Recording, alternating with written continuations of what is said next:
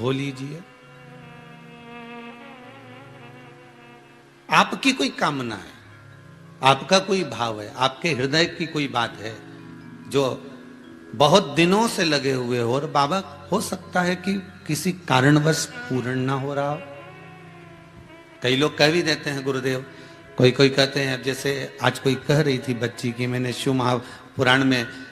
पशुपति व्रत सुना और उसको करा, उसका लाभ मुझे मिला।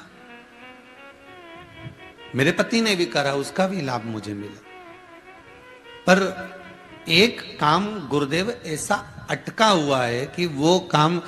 हम करना चाह रहे हैं, व्रत भी कर लिया, अनुष्ठान भी कर लिया, पर फिर भी वो व्रत के कारणवश भी वो कार्य नहीं हो रहा। तो समझना कि कोई कार्य बड़ा भारी होगा और बाबा उसको कर नहीं रहा है, या कोई काम अटक रहा है।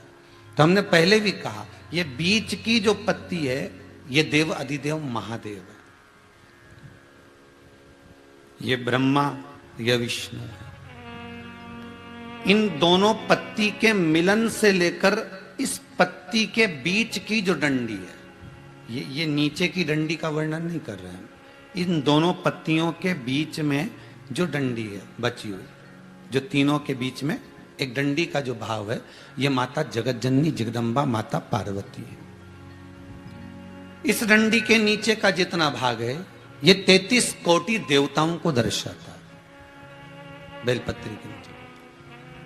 पिछले वर्ष की श्रावण की कथा यदि आप निकालेंगे और उसको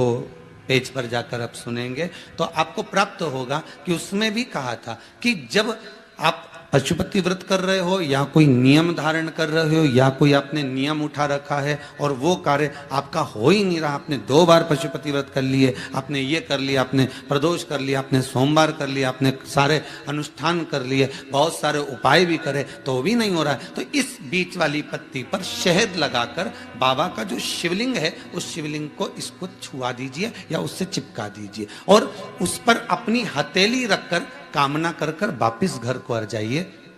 बाबा आपकी वो मुराद शीघ्र 3 महीने के अंदर पूरा कर ही देता है, ये पक्का।